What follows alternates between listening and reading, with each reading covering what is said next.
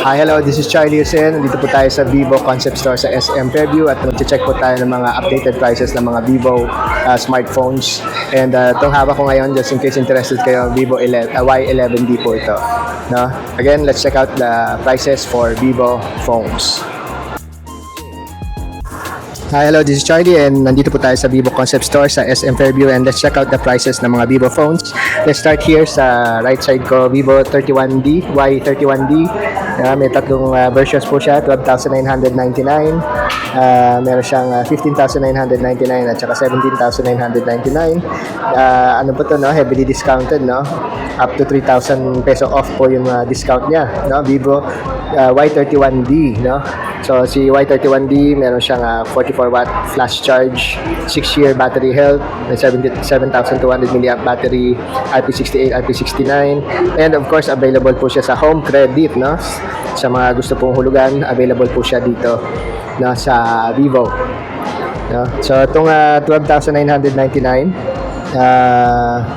ano po siya na 12 GB RAM at saka 6 na ano no 60 ano to 128 na ROM, tapos yung 50 naman 6 plus 16, tapos may 256 na ROM, tapos ito naman 8 plus 8 16 GB RAM na 256 na ROM, na kanilang general specs, no? May 7,200 mAh battery, may 5-star drop resistance, SGS certification, refresh rate niya 120 Hz, 1250 nits, 50 megapixel hard disk, HD wide angle main camera, may underwater photography din siya, IP68, IP69, dust and water resistance, 400% volume, dual stereo speaker, Snapdragon gaming mobile phone, tsaka Origin OS 6. So yan yung Vivo Y31D. Yan. So ito po itsura niya. Medyo madilim lang dito, no? Para makita po. Yan. Yan po yung Y31D. Tayo magandang ilaw. Yan. Close up sa camera. Tapos sa ilalim. Okay, wala siyang provision for ano, no, for jack, so magwa-wireless earbuds or earphone, headphone. So yan po yung Vivo Y31D. Ang next naman natin, Vivo V70 FE, no? So meron tayong live unit dito.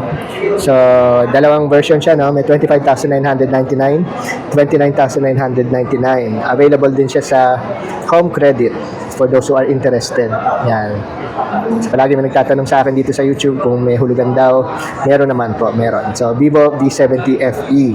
So 200 megapixel, ultra clear, AI imaging camera, may AI visual siya, multifocal portrait, IP68, IP69, 7,000 mAh Blue Volt battery, 4K video on front and rear cameras, AI 30X super zoom with telephoto enhancement, at ang OS niya OS 6 na Vivo V70 FE times PopMark Ziga exclusive photo border, no? So may app siya sa inside. So check natin yung unit. Ito po yung unit. Meron tayo dito parang light gray. Yan, light gray. Yan, check natin. Yan po. Yan. Close up. Again, wala na siyang provision for 3.5 jack, so wireless earphone ka or in-ear na mga parang ala earbuds. Yan. For further specs po, check nyo lang yung description box below, no? Pati including yung prices, no? Palagi ko naman po ginagawa yon. At by this time, nasa gitna na kayo ng video. And again, thank you very much for watching Action Charlie. Don't forget to like and subscribe and hit that notification bell. Yung mga nanonood po galing Saudi at saka sa Qatar at saka kung saan man kayo sa Middle East, yung mga OFW dyan na nakakapanood na nagbibigay ng comment dito, thank you very much. At maniwala kayo sa hindi, may nanonood sa Russia, of all places, sa Siberia. Thank you very much for that guy who commented. Nanood po siya ng isa sa JBL speakers na video ko at nagbigay pa siya ng mga technical comment. So thank you very much, dude from Siberia and Russia. Okay, let's go and check out the prices of Vivo phones. Wala akong palya sa ganon. Yung isa naman dito, yung Vivo 70. Again, yung Vivo 70 comes in two variants. Meron na 35,999 at saka 37,999. In 3599, 16 GB RAM, 8+8 po yun, 256 yung ROM. In 37999, 256 ROM, 12+12 naman ang kanyang RAM. So 2 variants lang dito sa Philippines. Available po to sa ano na, sa Home Credit, na. So for those who are interested na hulugan, ayan, available po ang Home Credit dito sa Vivo. No, may 5 megapixel Zeiss super telephoto camera siya, 4K 60 frames per second na video, 6,500 milliamp blue volt battery, Origin OS 6, 20x Zeiss telephoto camera, ayun, IP68, IP69, Vivo V70. Yan. So ito po na yung unit. Check natin yung ano niya dito, video advertisement. Yan yung sa camera niya, sa video niya. Again, available siya sa 4K 60 frames per second. Yan. Tapos may mga preset po siya, no, para sa mga social media, no, may mga preset siya. Yan, Zeiss inside po siya, no, may Zeiss partnership siya with Zeiss. Yan. Tapos ito po yun na Vivo V70. Vivo V70. Ayan.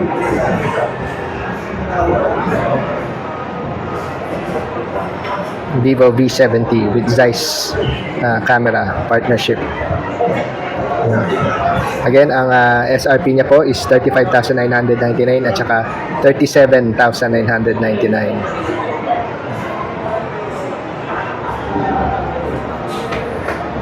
Yan, for further specs po, check nyo lang po yung description box below. Yan. So, check naman natin yung ibang phones dito sa kabilang side. Simulan natin dito sa Vivo Y05. So, I guess ito yung isa sa pinaka-affordable nilang phone. No? May 6,500 milliamp blue volt battery, SGS 5-star drop resistance, may military grade shock resistance certification, 1,200 nits, high brightness display, Origin OS 6, IP65 dust and water resistance, up to 120 Hz refresh rate, 200% volume, wet hand and greasy hand touch.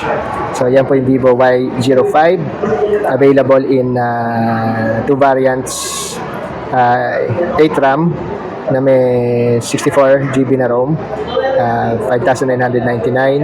Yung isa naman 8 na RAM, tapos 128 na ROM, 6,999. So heavily discounted po sila, no, up to 2,000 peso off. Comes with AI na po yan. So okay siya, no, for a very affordable phone. So ito po itsura ng yon ng Vivo Y05.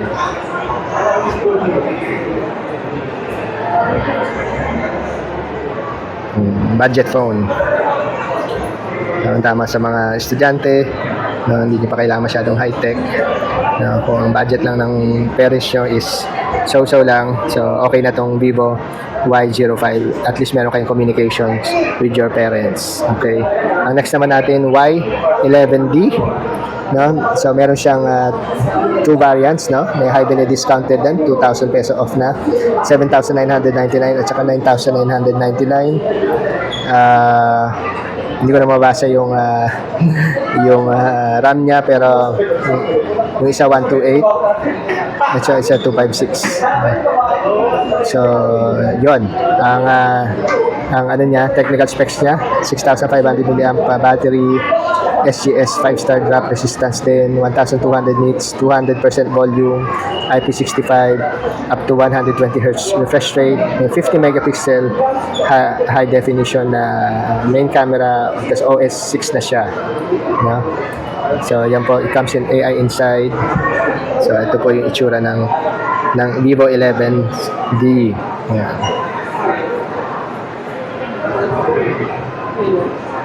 So meron pa siyang provision for 3.5 jack. Ayan. So yan po yung Vivo Y11D. Ayan. So yung isa naman natin dito yung Y11D. Ay, ito pala yung light version nila ng Y11D. Ito yung blue version, dark blue. Parang dark blue version. Parang gray and blue. Ayan. So ito rin yung 11D. Ayun. So, yung 7,000, ano pala? 7,999. 8 plus 8 pala siya. No? 4 plus 4, 8 GB RAM with 128 na ROM. Tapos yung 9,999, 4 plus 4 din yung RAM. Tapos 256 na ROM. Yun. So, na-clear na natin. Ha? Yun po yung ano niya. So, ito po yung itsura ng isang color niya. Ganda po. Ha? Yan.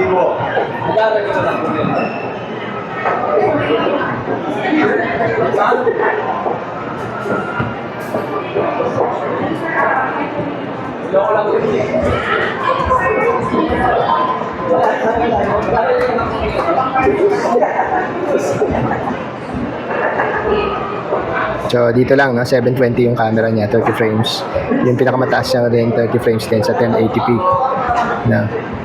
So basic lang siya. So photography, mas meron din portrait, may night din siya, and then more. Yan. So may slow-mo, time-lapse, tapos may pro version siya for the camera. Yan. So yan yung Vivo Y11D. So basically that ends our show for the day. Thank you very much for watching. Ito po yung Y11D hawak ko.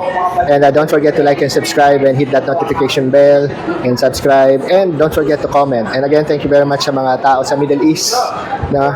Ex-Qatar po ako, ex-OFW. No? Thank you for your service. Thank you for mga nagsasacrifice dyan ng kanilang mind and body para makapagpadala lang ng financial help dito sa mga kapamilya natin. So, and for those other foreigners from India and from even in Russia, no? Thank you very much for watching and leaving some comments in the below, okay? And what else? So basically that's it, and that ends our first show for today. And this is a Vivo concept store in SM Fairview.